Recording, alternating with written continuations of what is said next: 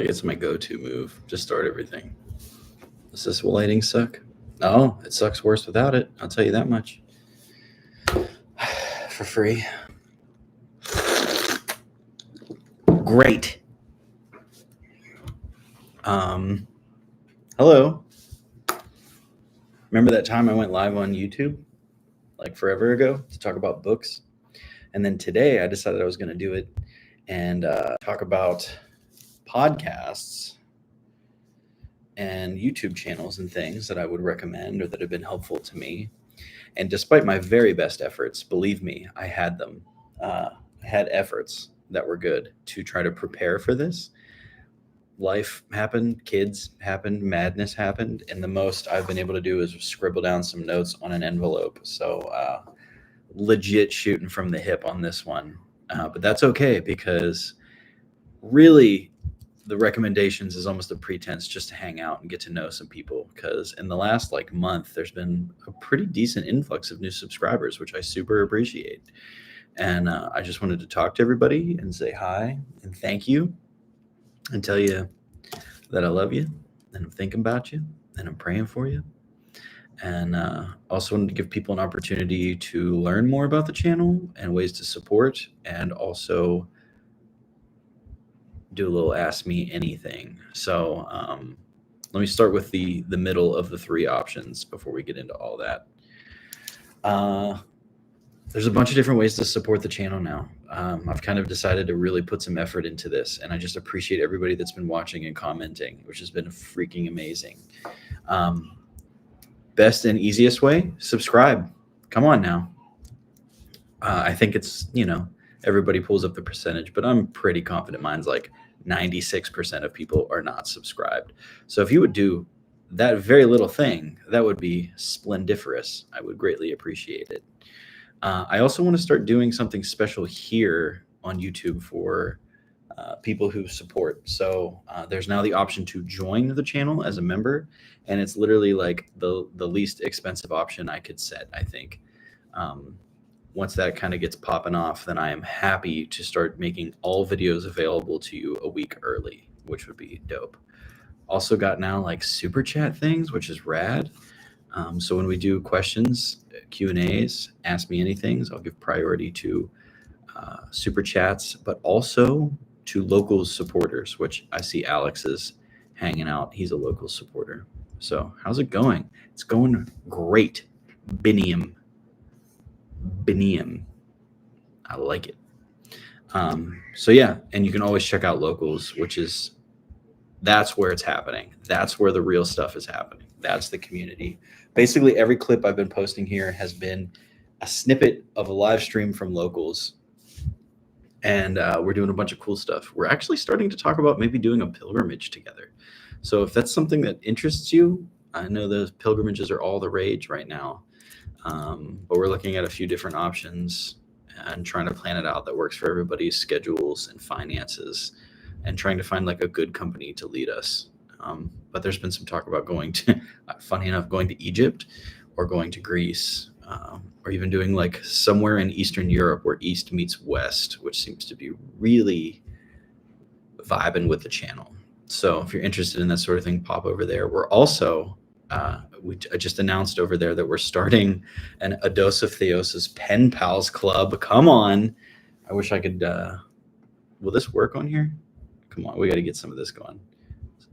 A Dose of Theosis Pen Pals Club.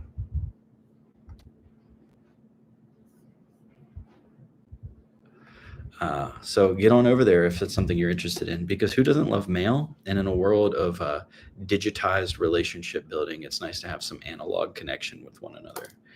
And the two things that inspired the Pen Pal Club were, one, this morning when I checked my mailbox and got an incredible new prayer rope from my friend Knot and Noose, which you should check out his Substack. That's my first recommendation. Knot, K-N-O-T, and Noose, N-O-U-S. Tie is literally the best prayer ropes I've ever had in my life. And at one point, tied a prayer rope for all local supporters. And so I got this with a handwritten letter from him, which was just super amazing and encouraging to get. And then later, another friend of the A Dose of Theosis community Mel, I don't know which name I should use, her handle or her real name, but she also has a Substack. And she was writing about kind of the impact that letter writing had on her spiritual journey. And I thought, all right, this is too good to be happenstance. We should probably dig into this. So we're all going to start writing letters to one another, because as much as I love doing this, I always feel like there's something missing in terms of just connection to one another. So in summation, those are the ways that you can kind of support what I'm doing. If you dig it, if you don't dig it, I understand that too. And I'm confident that I will hear from you about it in the comments section. And I will do my best to ignore it and not get up in my head about it and lose sleep over it and wonder what I could have done differently. There's that. Feel free to start just throwing literally anything you want in the chat. But I wanted to talk about podcast and channel recommendations, because there's been a few things that have been really tickling my fancy lately. I can't lie to you. The number one thing has been this channel that popped up literally out of nowhere called the Orthodox Spirit. And after this is all said and done, what I will probably do is post links and a pinned comment everywhere so you can check it out. And this is also just my way of supporting. Okay, frozen. That was deeply unfortunate. I don't know if that also froze my audio, but anyway, this channel that came up seemingly out of nowhere, the Orthodox Spirit, and there was a very popular video with Abuna Lazarus that just rocked my world when I listened to it. I really like channels like this. I love the interview format, and I feel like eventually I want to get back to that. That's something that was a big part of what I did for a while, when I did like the interviews with Tilo Young and Deacon Henoch and a number of other people, Father Patrick from the Western Rite Orthodox Church. And this guy from Orthodox Spirit, which I don't even know his name. I don't know if he's ever said his name. He'd only recently started showing up on the channel, has just been interviewing these priests and amazing people. Like a recent episode he did with Deacon Miharet from the Ethiopian Church. I'm probably pronouncing everybody's names wrong. And he's just a chill dude. He did another episode recently with a priest from the Malankara Church, which I think is like super unrepresented on the online space as far as all these conversations are concerned. And he avoids all the polemics. None of it has ever necessarily been about like comparing apostolic traditions and infighting and argumentation and all that sort of thing, which is something that I've just grown increasingly allergic to. And I, despite my best efforts, fall back into it from time to time. I really don't want to, but I think my own pride is what slips me back into that. But definitely check out his channel. I think it's incredible. Pausing for a question now. Jake. What's up, Jake? I'm so glad you're here. Do you have advice for a socially awkward weirdo who struggles to mingle at my Coptic church? I would refreshing, but I'm going to tolerate it for as long as I can. Okay, Jake, I want more context if I can. Are you a inquirer? Are you a convert? Are you just kind of checking out the church, trying to find your way into it? I'd love to know that. Convert. Okay. Yeah, I've heard every Coptic church is different. I've been told that my particular parish in Pittsburgh is kind of an exception, and that some other places it could be difficult. I don't know if you're running into any of the issues of like that one might run into as far as like ethnic orthodoxy is concerned. I have strange theology to Orthodox too. Big Heiser fan, Michael Heiser. So you're probably also like a big Pajot guy too.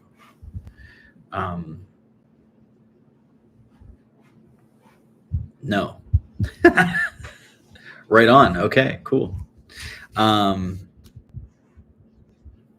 Yeah, advice. Man, just be you. Don't feel like you have to be somebody else to fit in or to try to communicate with people or talk to them.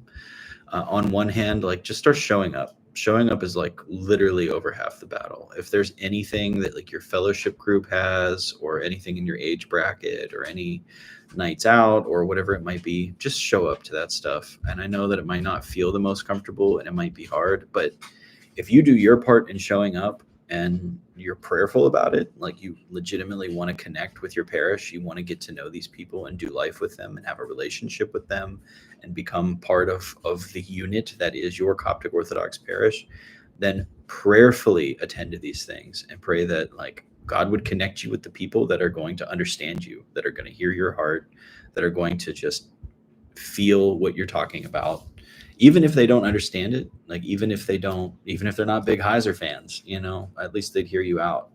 And like maybe that's not the thing to lead with, just talk about how you came to the church, how you found it, what's been interesting to you, why you made that your home of other places. Because what I've found in the Coptic circles that I've existed in, which have pretty much just been Pittsburgh, the internet, and Canada, when you share that part of it, it makes people appreciate their home a lot more. It makes them maybe realize to not take for granted the pearl of great price that they've been gifted in the Coptic Orthodox Church. And make one friend, and that's really all you need. I'm assuming you have the support of your priest. Ask him to connect you with somebody. Ask him to just connect you with one person that he thinks that you would hit it off with, and just give it a shot, man. And also know that like as that is difficult and maybe doesn't work, we don't ever want to get into like weird parasocial relationships, but there's a really great community here of people that are Oriental Orthodox, Catholics, Eastern Orthodox, that will lovingly support you and just be here for you as you try to find your way. That's happened a lot actually in our locals community, of people that are just trying to find their way, and they find a great community just to support them. And then they end up going deep with their local parish, which is my ultimate goal, is that whatever we do here is never a replacement for that sort of thing, but just kind of complements it. So I guess that's my advice. It's probably not great, but it's something. Which is actually a pretty sweet sequitur into the next podcast and channel that I dig and recommend, which is Jonathan Pajot. Jake might not be a fan, but I certainly am. I think there's some not dangers, but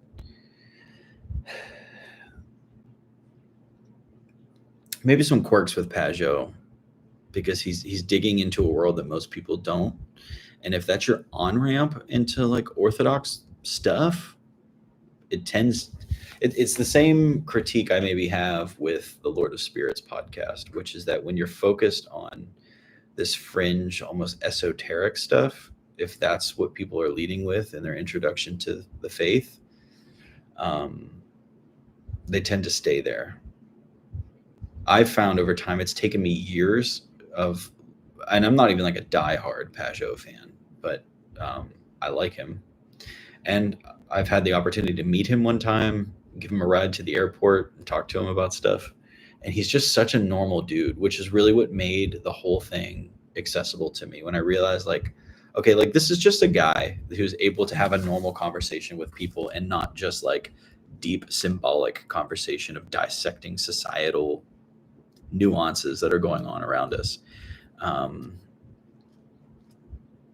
But he has definitely helped me make more sense of what I see going on in the world around me, and made me much more aware of spiritual warfare, and the way that infiltrates literally everything, which I see is the next question that comes up, which is, this is just, you're teeing it up perfect. Besides prayer, could you please share what you believe is the most crucial element in combating demons? I've focused a lot on this. I've read a lot of books on this. The book Orthodox Prayer Life that I recommended in my one stream on books that I would recommend, or books that helped me become Coptic Orthodox. Excerpts. I've never read all of the volumes of the Philokalia, but there's plenty of stuff in there. I've read a lot from St. Zacchaeus, who has been extremely helpful. Justin Marler, who was a big part of the Death to the World zine formerly a metal musician, and then also a monk at the time, the Russian Orthodox Church. Has a site called Unseen Warfare that he talks a lot about this sort of thing. But the two things that I would say are most crucial in combating demons, one are a deep awareness of your own thought life, first and foremost. The battle begins and ends. The battle is won or lost in the thought life. If a thought comes to your mind as a fleeting thing, logismoi is the term for it. These fleeting thoughts, they come almost like debris floating on a river. The more you get caught up in those things, the more they take root, and the more that they're going to just pull you into the stream, and you're at their mercy. So like, not every thought that you have is your own. Not every thought that you have is from God either. A lot of the thoughts that we may have are from the influence of the demons. So, a thought becomes an obsession, becomes an action, becomes a sin, becomes death. And it is just the domino effect. So if it starts with the thoughts of cutting those things off, which is where the Jesus prayer is just like one of the most crucial weapons that you can use, which you said besides prayer, and this is clearly pointing back to prayer, but there's really no surprise there. Awareness of your thought life. Every thought that comes, don't get bogged down in it. Don't entertain them all. Don't get stuck in fantasies and daydreams, the noonday demon, which leads to sloth, which is going to keep you bound and tired and distracted from your prayers. Just be attentive to what you're doing. Pay attention to those things. And the second thing I would say is fasting. And that's in conjunction with prayer. So fasting and prayer. Jesus himself says that's what casts out particular demons. This one does not come out, but by fasting and prayer. So all of those things, though, I should say with a caveat, are only to be done under the guidance and direction of a spiritual father, a father of confession, who knows you and knows this battle in a deeper and more personal way, has more experience in it. A father of confession will give you a prayer rule, will give you what you need as much as you're ready for. The person who has himself as a spiritual father has a fool. That's a saying that I don't remember where it comes from, but I've done my best to live by it. So that's what I would say on that.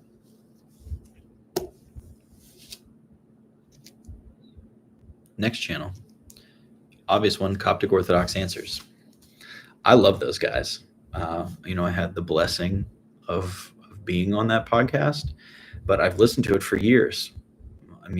It's just so easy to find answers about particular things. And this is something, there's a lot of podcasts in the Eastern Orthodox world that offer this sort of thing. There's obviously tons of stuff in the Catholic world that offer answers based off of the catechism or the magisterial teachings of the Catholic Church. But Oriental Orthodoxy, with its limited but growing online presence, is very blessed to have the Coptic Orthodox Answers podcast, answering everything from very simple questions about life, like people who are dating and what movies are okay to watch, and like, how do I discern these sort of things, to like deeper theological issues, like the whole Miaphysite, Duophysite issues, and what do you do when somebody calls you a Monophysite, and how do we interact with other traditions. And they've had tons of amazing guests and continue to do so. So Abuna Anthony and Abuna Gabriel are incredibly intelligent, wise fathers of the faith, wonderful guides, and take that ministry very, very seriously.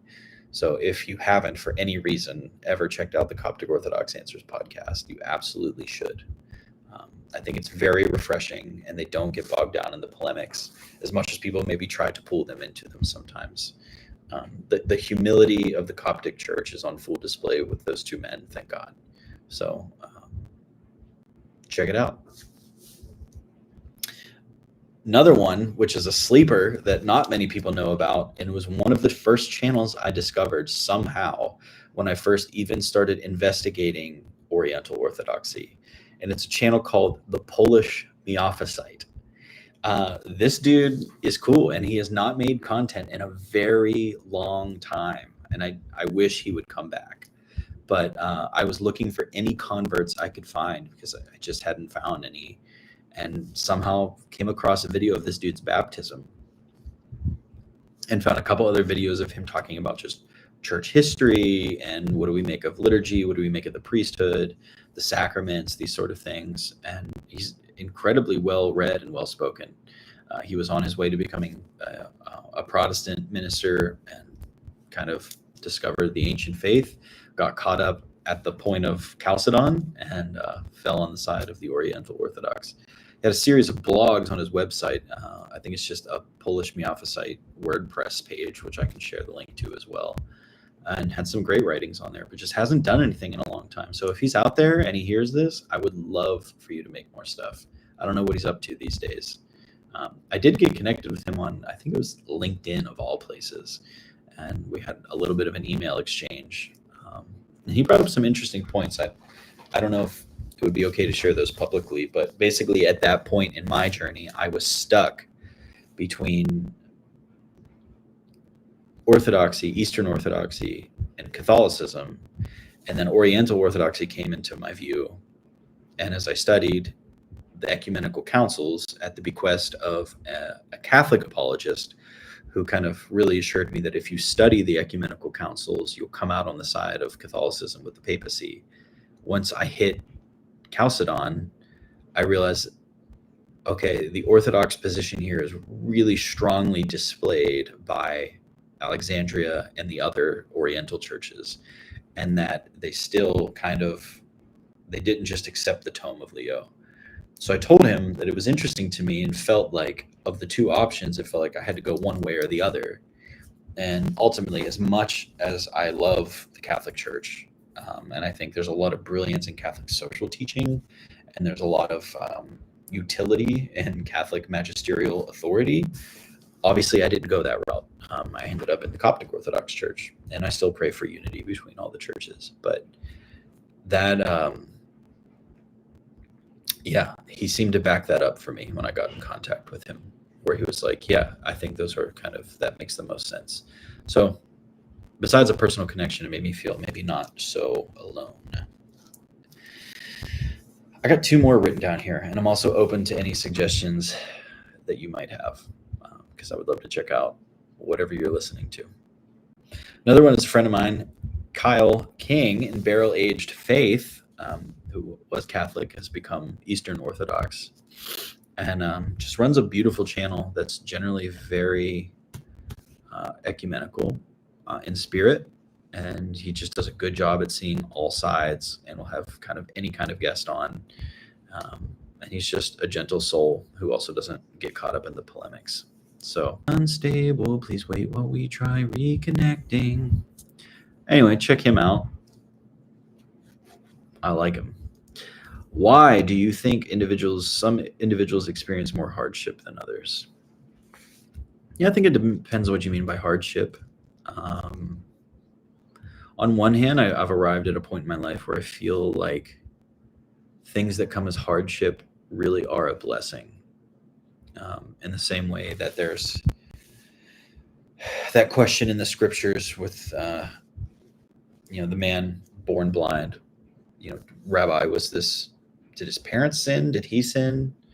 Like, why did this happen? And Jesus says, nobody sinned. This was so that the power of God could be made manifest in him. And we're all guaranteed suffering, absolutely guaranteed suffering. And we see that picking up the pace in the world today with the increased violence and persecution towards Christians.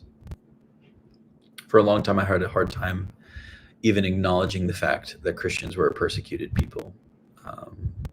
But I don't think there's any denying that now. And when I say for a long time, I mean many years ago. And that was by and large when I was doing youth ministry. People were complaining that, like, oh, you can't pray in the school, and the only thing you can do is see you at the pole, if anyone knows what that is. But I mean, there's shed blood with 21 martyrs. We have stuff going on in Congo, Nigeria, the Middle East. It's become basically the calling card of Hollywood and the entertainment industry to just mock and degrade Christian imagery and thought in live performances, whereas no one would dare do that with, let's say, Islam or Judaism or any really other religion for that matter. And we're promised this. Jesus says that they will revile you and persecute you and slander you for my name's sake. Rejoice and be exceedingly glad. So I think there's an element of it of God gives you what you're ready for. And sometimes he gives you what you're not ready for to get you ready for more. And I recently did a clip from a local's live stream about this, based on some writings of Father Matthew the Poor in the book If You Love Me, which is just a book on service in the church, which is this idea that we should rejoice in the wounds that we have, because they draw us, if we allow them, more deeply into the wounds of Christ, to be hidden there, to recognize that we can suffer alongside him. And if we do that, if we embrace the crucifixion, to be crucified with the Lord, which is something that St. Paul talks about, I've been crucified with Christ, right? That for it's not I that live, but he who lives in me, that we will experience the resurrection actualized in our life by experiencing all of these things. If you're experiencing any hardship and it's doing anything other than driving you to prayer, please light your candle, stand before your icons, crack open the prayer books. The church in her wisdom has given us all the words to pray when the words fail us and we can't think of what to say. Lean into those. Read one psalm, read one line of a psalm. If something hits you, sit with it. Let the tears run. Renew your baptism through tears, and just know that God hears you and he's present with you, and he'll never forsake you.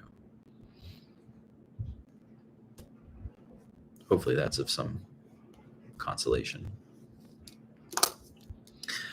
All right, I got one more, and we'll see. This one, I don't have any easy way of telling you to access it. I'm part of a WhatsApp group called Father Joseph's Recordings, and it's Abuna Joseph Daoud from Ottawa, Canada. And this beautiful soul, people just record him really against his wishes and post his sermons and his Bible studies. And I just love this man. In part, I'm blessed to call him a friend and talk fairly frequently, but he's so real and he's so relatable and he's so silly, and he's also so deep, and he just loves beauty and he shares beauty, and he knows the role of beauty in pointing us to the maker. It's the freaking worst, man.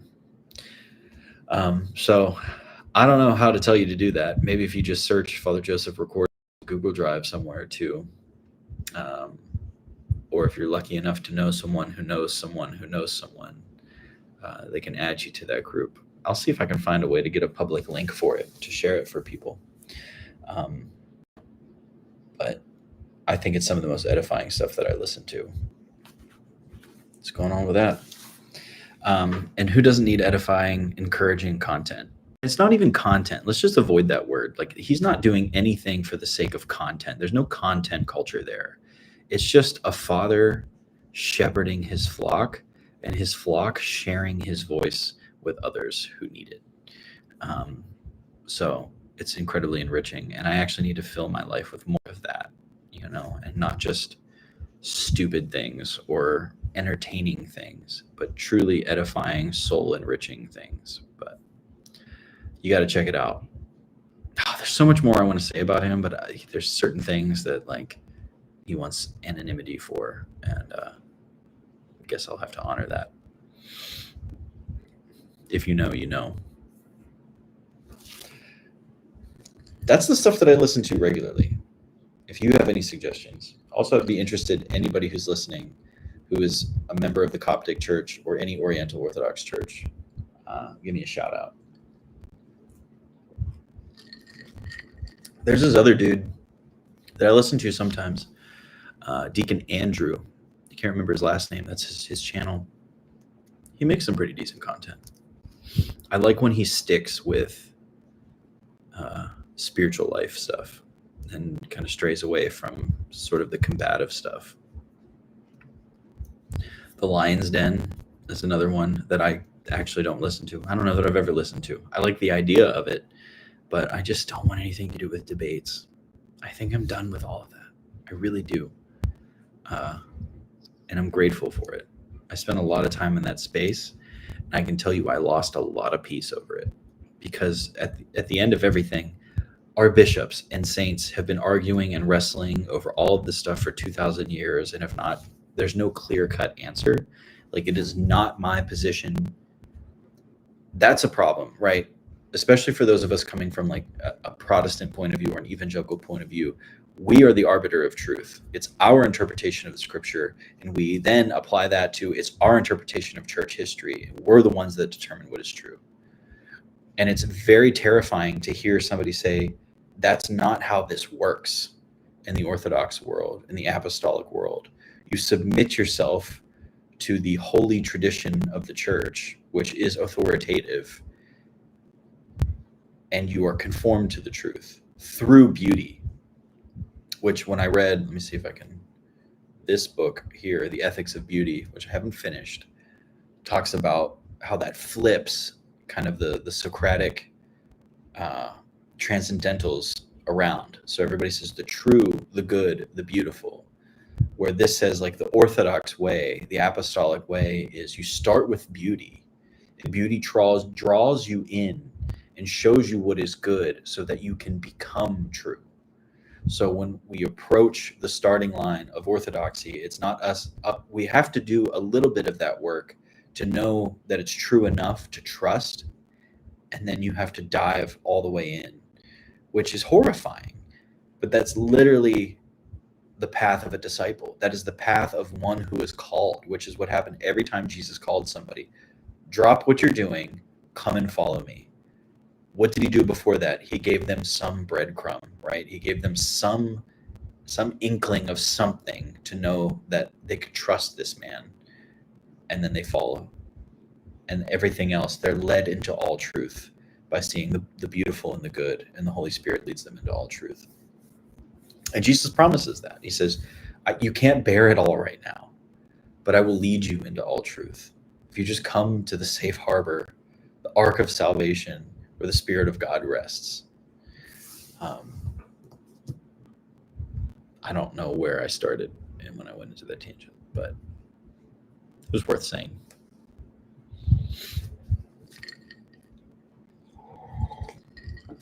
Hey, reminder,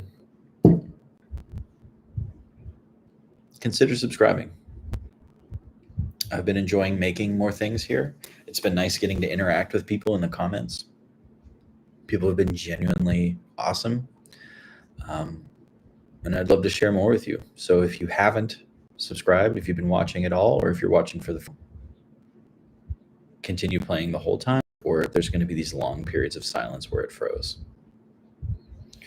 Anyway, consider it. Check it out. And if I earn your trust and you like what I'm doing after that, there are a multitude of different ways to support the channel through becoming a member or joining locals, becoming part of the Pen Pal Club over there, or consider joining us for some of our in-person events.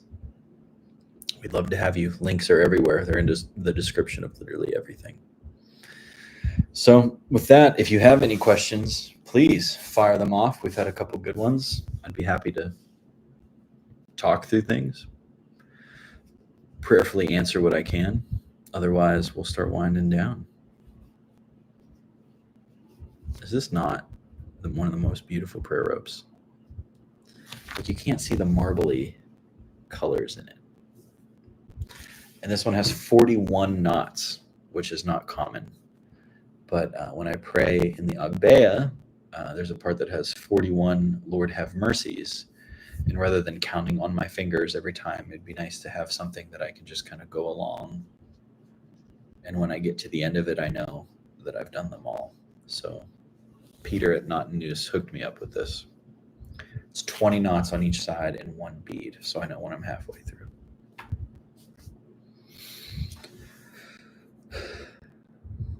All right. Check out those channels. I'll post some links. I'll of all of them, I just have to say again, the Orthodox Spirit is the one that I am. The Orthodox Spirit and Father Joseph's recordings are the two that are enriching my life the most right now. And Coptic Orthodox Answers, can't lie. Those three. Check them all out. I'll see you around.